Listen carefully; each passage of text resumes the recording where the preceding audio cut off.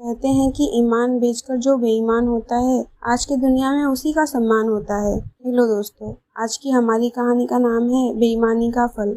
यदि आप बेईमानी से पैसे कमा रहे हैं तो जरूरी नहीं है कि आप अमीर बन जाएंगे। इस दुनिया में अमीर से ज़्यादा गरीब रहते हैं और अगर अमीर ही बनना है तो ईमानदारी से अमीर बनना चाहिए। ऐसे एक दूसरे से छल कपट और बेईमानी से नहीं। सही तरीके से कमाया गया धन ही असली कमाई है। इंसान की पसीने की कमाई जीवन में फलती फूलती है और बेईमानी से कमाई हुई पानी के बुलबुले की तरह नष्ट हो जाती है। और बेईमानी का फल इंसान को हर हाल में मिलकर ही रहता है, क्योंकि ऊपर वाला सबका हिसाब रखता है। अगर आप किसी के साथ गलत करते हैं तो यकीन मानिए आपको आपके बेईमानी का फल भोगना ही पड़ेगा। इंसान तो पैसे के लालच से बदल जाता है। अगर कुछ लोग बेईमान नहीं होते तो दुनिया में आज इतने लोग गरीब और परेशान नहीं होते। हमें अपने जीवन में एक बात गांठ बांध लेनी चाहिए कि बेईमानी की कमाई से शक्लें तो संवार सकते हैं, लेकिन नस्लें नहीं। ये हम एक कहानी से जानेंगे। इस कहानी में हम देखेंगे कि बेईमानी के फल का क्या नतीजा होता है। एक गांव में एक बाप और बेटा रहते थे। बाप का नाम सुदामा और बेटे का नाम काशी था। काशी की माँ की बहुत पहले ही मृत्यु हो गई थी, इसीलिए अब ये दोनों ही साथ में रहते थे। सुदामा पूरे गांव में सबसे ज्यादा अमीर था। वह बहुत सारे नौकर चाकर भी रखा हुआ था। वह दोनों अपनी जिंदगी बहुत ठाठ से जीते थे। किसी भी चीज की कोई कमी नहीं थी।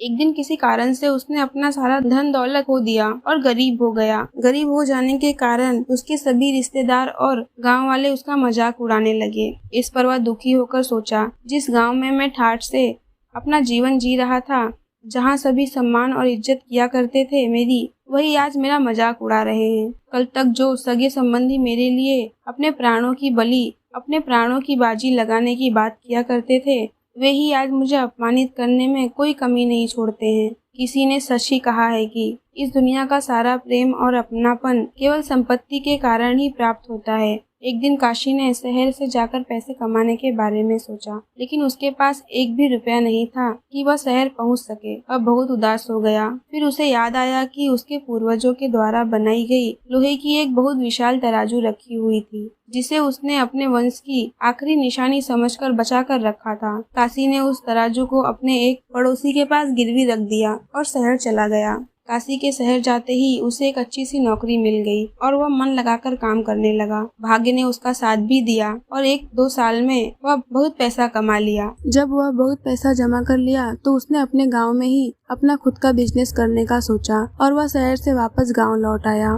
गांव में आकर वह उस पड़ोसी के पास गया जिसके पास अपना तराजू गिरवी रखा था। उसने कहा, चाचा जी, भगवान की कृपा से मैं अपना बिजनेस शुरू करने जा रहा हूँ। अब आप अपना ब्याज आदि का हिसाब करके मेरा तराजू मुझे वापस दे दीजिए। पड़ोसी को विश्वास नहीं हुआ था कि वह गरीब आदमी इतने कम समय में इतना पैसा कैसे कमा सकता है। पड़ोसी को इतना भारी तराजू देखकर लालच आ गया और उसे लौटाना नहीं चाह रहा था।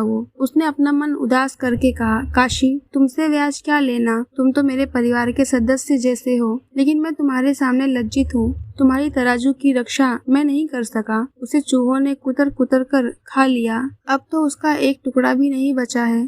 काशी समझ गया कि इसके मन में बेईमानी आ गई है। काशी को बहुत गुस्सा आया, लेकिन उसने अपने गुस्से को दबा कर रखा और बोला, भाग्य और होनी पर किसी का बस नहीं चलता। चाचा जी, तराजू को चूहे खा गए तो इसमें आपका क्या दोष? आपने तो चूहों को नहीं कहा होगा कि वो तराजू खा जाएं। पड़ोसी ने उदास होकर बोला, हाँ बेटा, अब क्या ही कर सकते हैं। काशी ने कुछ देर तक बातें करने के बाद कहा, चाचा जी, रामू कहाँ है? मैं नदी में नहाने जा रहा हूँ। उसे नदी में नहाने में बहुत अच्छा लगता है। सोचा उसे भी लेकर जाऊँ। राजू उस पड़ोसी का बेटा था और वह काशी का बहुत अच्छा दोस्त भी था।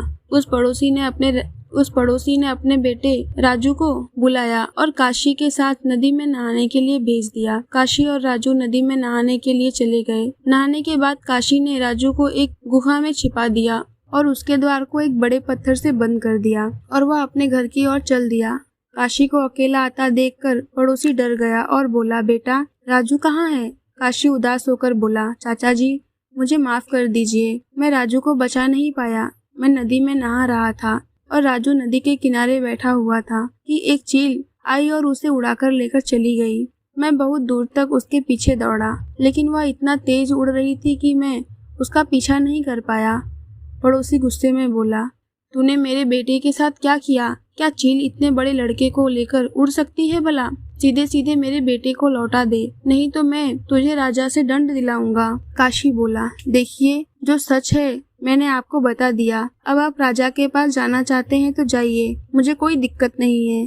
दोनों राजा के दरबार में पहुँचे।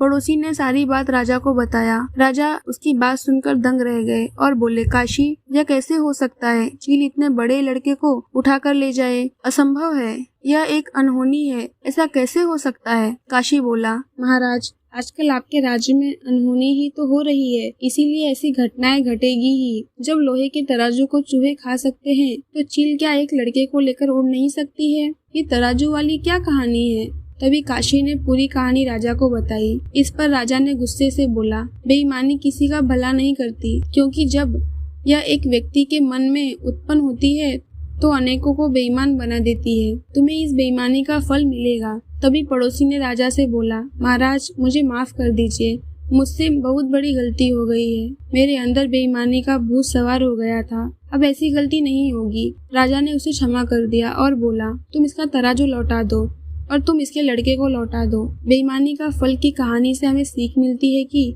बेईमान आदमी किसी भी हद तक जा सकता है। वह इस बात पर बिल्कुल भी नहीं सोचता कि वह जो कर रहा है सही है कि नहीं। इसीलिए ऐसे आदमी पर विश्वास करना बहुत ही बड़ी भूल होती है। अगर आपको हमारी ये कहानी अच्छी लगे तो वीडियो को लाइक करें, चैनल को सब्सक्राइब करें और कमेंट जरूर करें। Thank you for watching.